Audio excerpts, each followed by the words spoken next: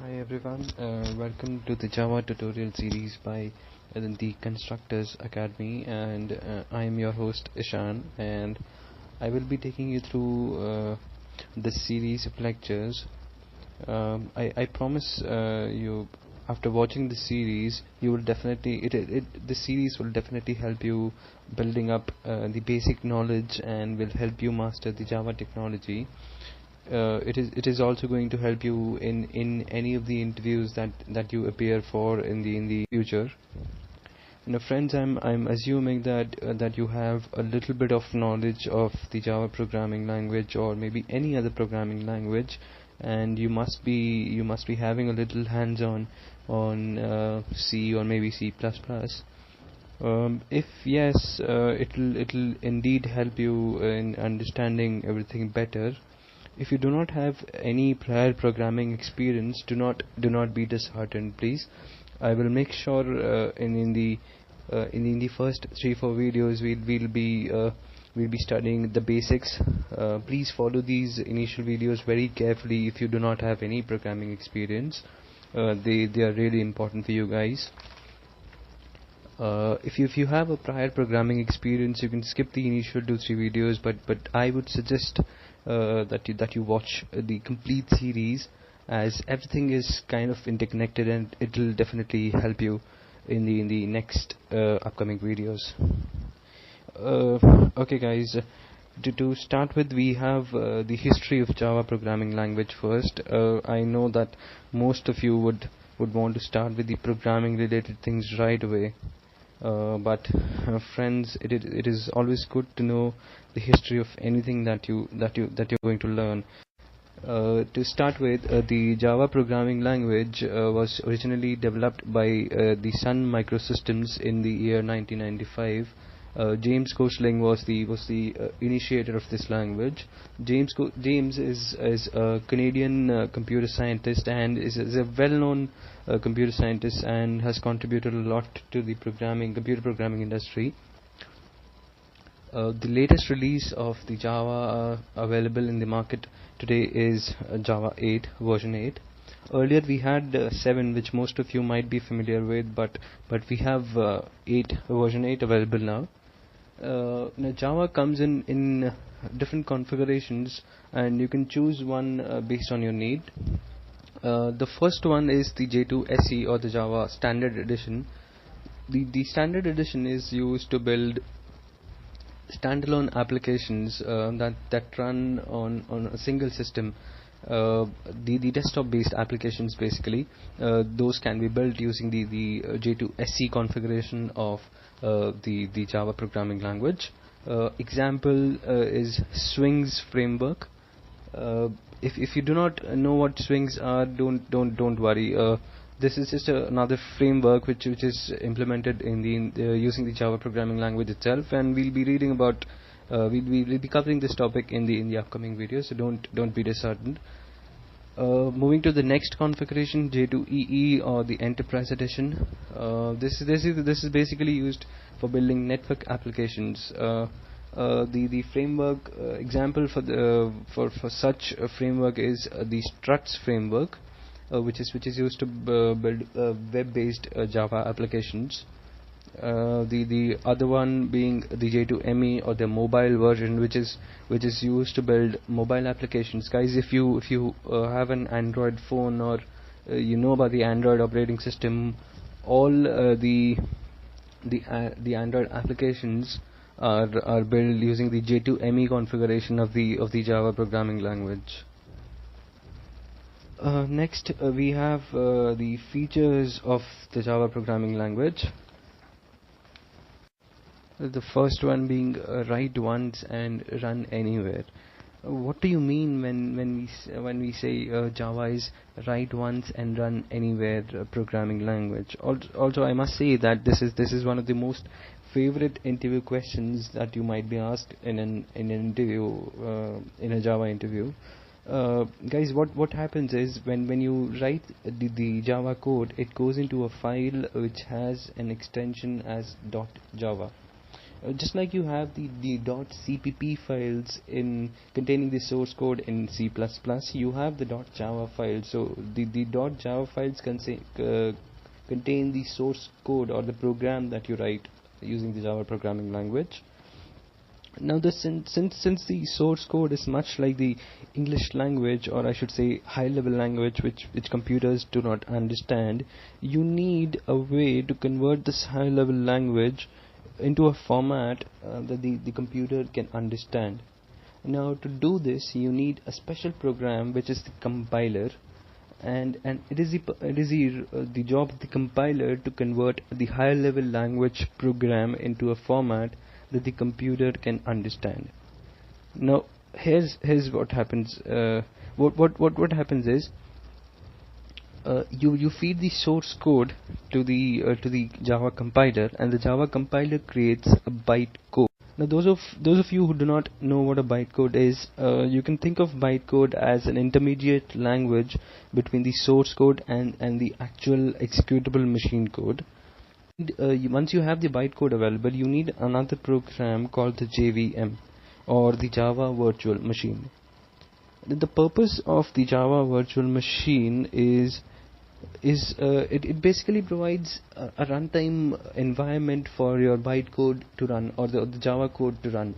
So essentially, you need it is the JVM in which your code runs. Now, guys, here is the trick. This JVM is the program which actually provides Java a feature of write once and run anywhere language. The thing is that JVM is platform dependent. So let's say if you write your source program or the code on a Windows machine and you compile it there, suddenly the next day you move to another machine and carry the bytecode along, or the .class file along with you, to a Linux machine. Now what happens? You've written your code on a Windows machine, compiled it using a Windows compiler, but guys, trust me, that's not an issue, because what happens is, when you take your bytecode written and compiled on a Windows machine, and you take it to a Linux machine, you will eventually feed it to a JVM program. Now, JVM is platform dependent. So JVM, when you want to execute a .class file written and compiled on a Windows machine, and you want to execute it on a Linux machine, you will need a JVM which is specifically written for the Linux machine.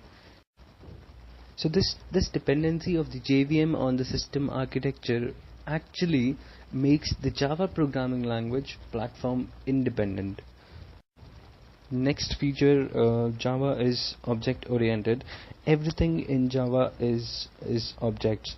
Now, those of you who do not know what objects are, guys, please bear with me. We're definitely going to cover all these things in the upcoming lecture detail. For now, you can think of objects as instances of a class, or maybe variables of the class type that you create. Now, on the screen, we have a simple class called student, and it has three members inside it.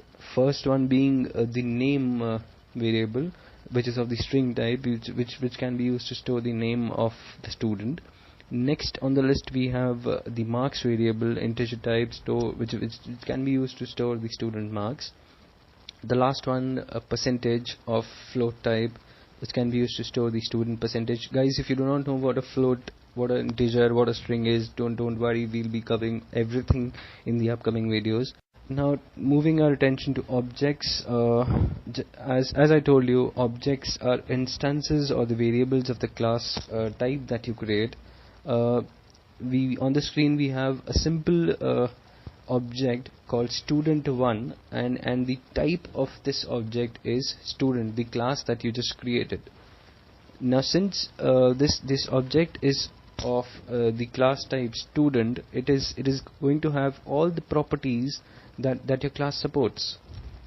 Just like we had the name, marks and percentage variables inside our class, your object is also going to have the same properties. Guys, again, if you're not following what an object is, what a class is, don't worry. We'll be covering everything in great detail in the upcoming videos, so please bear with me, guys. Java is a multi-threaded programming language. Multi-threaded programs can perform several tasks simultaneously. Those of you who do not know what multi-threading is, don't worry, guys. I hope everyone might have used the MS Word program. Now what happens is, you must have observed while typing while providing the input, what happens is you're providing an input, and this the console or the screen is getting updated with whatever you type. As soon as you move to the next line and you continue providing the input, what happens in the background, you will observe whatever mistakes, maybe the spelling mistakes or the grammatical errors that you make while providing the input. If you have the spell checker functionality switched on MS Word application, you will observe that while you are providing the input, MS Word program will simultaneously give you suggestions and will highlight all the errors. Now guys, have you wondered how this is happening? Guys, this is where multi-threading comes into picture. You can think of the MS Word example as the program running two simultaneous threads, one responsible for handling the input provided by the user, and the other one for performing the spell check or the verification program. So threads can be used to perform several tasks simultaneously inside a program, given that your architecture, the system architecture, supports multi-threading.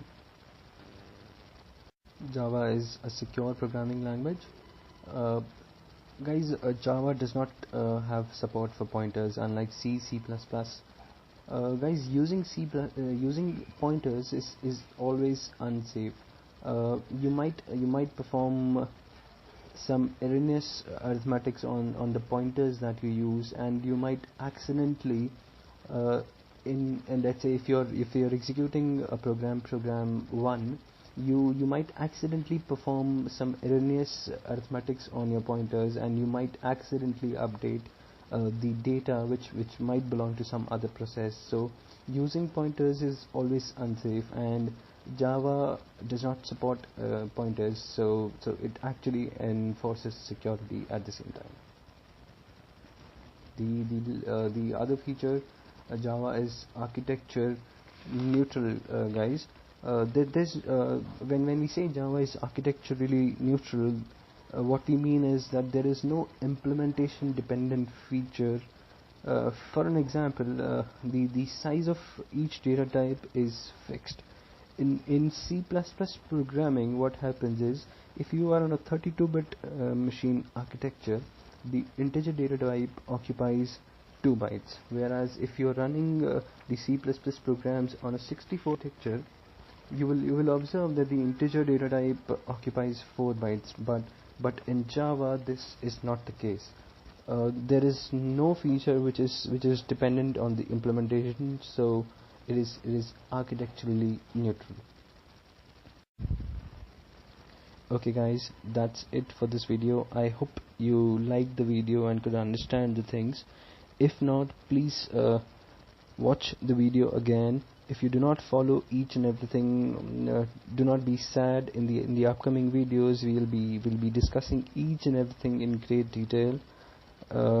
If you need any help, or if you have any doubts, you can always write to me on my email, which is mentioned in the description of this video. Thanks for watching, guys. Bye. Cheers for now. Bye.